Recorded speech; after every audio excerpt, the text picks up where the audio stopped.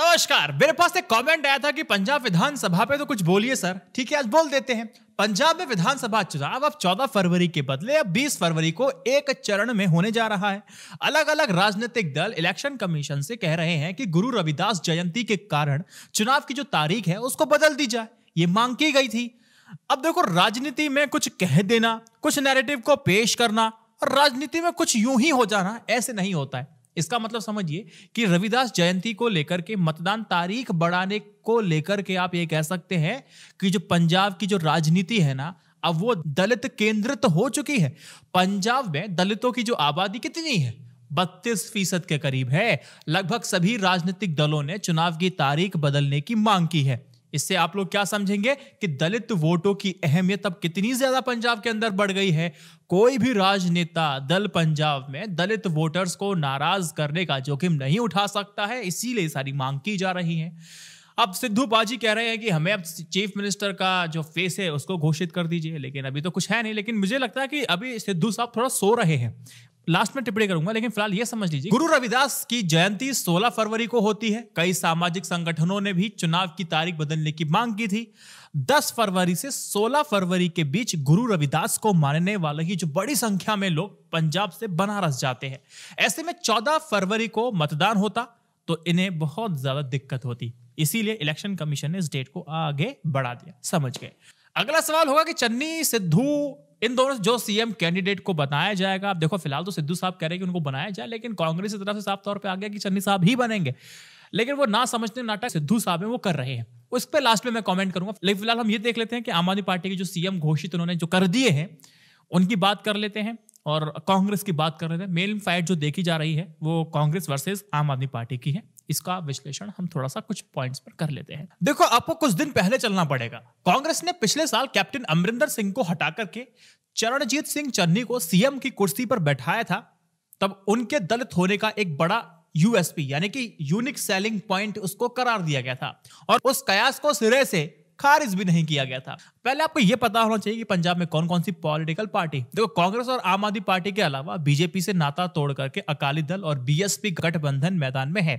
वहीं पंजाब के पूर्व मुख्यमंत्री कैप्टन अमरिंदर सिंह जब कांग्रेस से निकल जाते हैं, उन्होंने बीजेपी के साथ गठबंधन किया है। इतना ही नहीं, किसान आंदोलन में शामिल रहे 22 संगठनों ने भी संयुक्त समाज मोर्चा के बैनर तले चुनाव लड़ने का भी फैसला किया। यह हो गई पॉलिटिकल पार्टी। इस बार विधानसभा चुनाव में 5 पार्टियां लड़ रही हैं, अकाली दल, कांग्रेस, आम आदमी पार्टी। तो पिछले चुनाव में भी लड़े थे, लेकिन कैप्टन अमरिंदर सिंह और किसानों की पार्टी ने मुकाबले को और भी ज्यादा पेचीदा बना दिया है।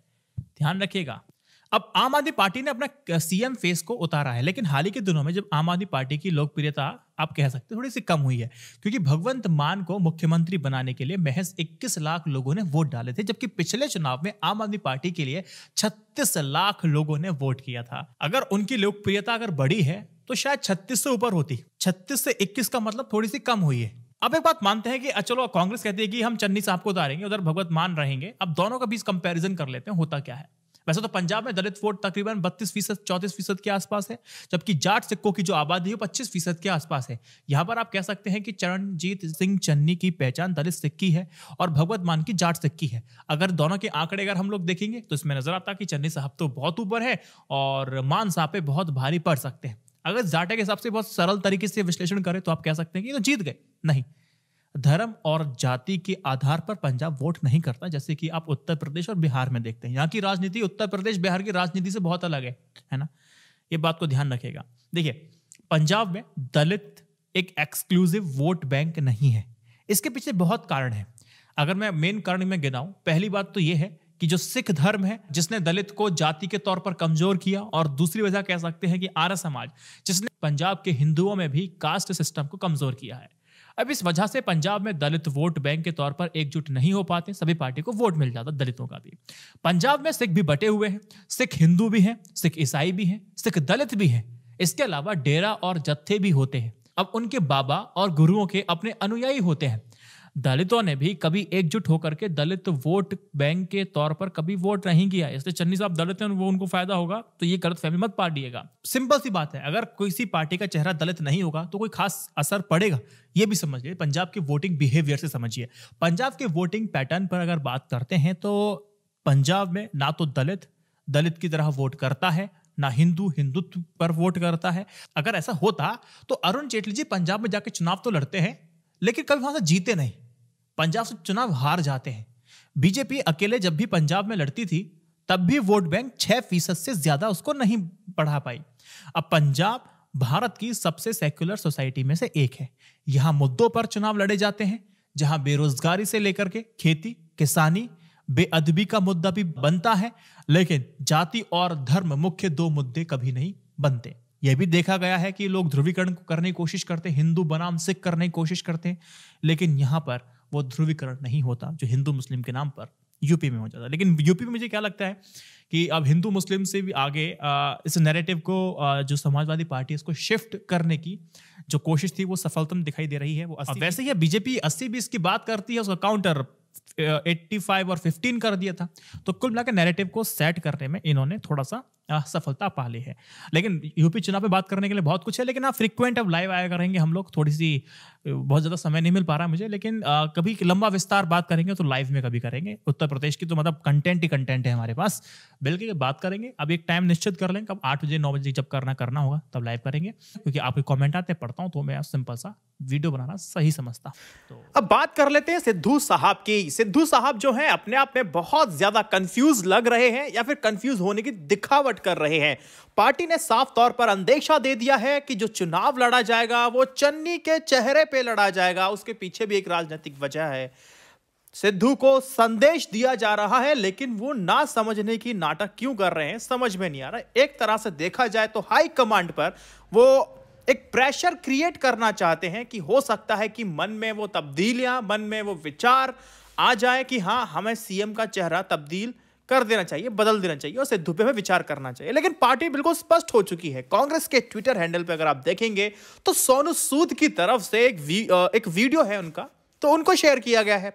तो सोनू सूद ने कहा है कि जो देश का मुख्यमंत्री होना चाहिए वो पिछड़े तबके का होना चाहिए। ऐसा नहीं कि वो मुख्यमंत्री मैं बनूंगा, मैं ही बन सकता हूं, मैं ही बनने जा रहा हूं, ऐसा नहीं होना चाहिए।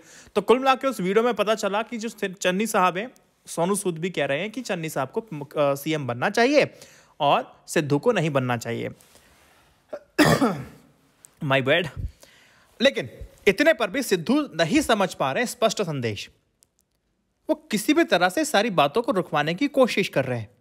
वो ये नहीं समझ पा रहे हैं कि पार्टी आलाकमान वोट के गणित के हिसाब से आगे बढ़ रही है और उसमें सिद्धू की महत्वाकांक्षा का कोई मतलब नहीं है। पंजाब में अगर आप देखेंगे दोस्त, तो कांग्रेस की एकमात्र उम्मीद जो अभी दिखाई दे रही है वो चन्नी है। दूसरे कांग्रेस नेता इस बात को समझ रहे हैं कि अगर एक बार आम आदमी पार्टी वहां पर आकर के पांव जमा देती है तो दिल्ली की तरह पंजाब से भी कांग्रेस साफ हो जाएगी। इसीलिए कांग्रेस सिद्धू या फिर किसी दूसरे जाट या फिर जाट सिख नेता के दबाव में नहीं आ रही है। सिद्धू इस बात को जितना जल्दी समझेंगे उतना उनके लिए बेहतर होगा। इस बात को बाकी की जो 2 दावेदार थे, कौन कौन कांग्रेस की तरफ से जो दावा कर रहे थे, हाईकमांड के टच में थे, सुनील जाखड़ और सुखजिंदर रंधावा, दोनों को समझ में आ गया कि आला कमान पर दबाव बनाना बेकार है, हम अपने काम पे लगते हैं। लेकिन सिद्धू ना समझने का नाटक कर रहे हैं। पार्टी का संदेश वो नहीं समझ पा रहे। बहरहाल अभी तक जो कुछ हमें समझ में आ रहा है वो ये है। अब देखो आगे चल करके क्या नाम फाइनलाइज होता है वो आगे जाके पता चलेगी। लेकिन अभी तो फिलहाल यही है कि एक संदेश देने की कोशिश की जा रही है, सिद्धू उसको समझे लेकिन ना समझने का नाटक ना करे। सही समझता। तो फिलहाल 3 व्हाट्सएप ग्रुप में शेयर कीजिएगा। i9 न्यूज़ नई जर्नलिज्म को सपोर्ट करने के लिए यूट्यूब और पेटीएम मेंबरशिप जरूर ले सकते हैं। जय Hind, Vande Mataram. Stay updated, stay educated, सत्यमेव जयते।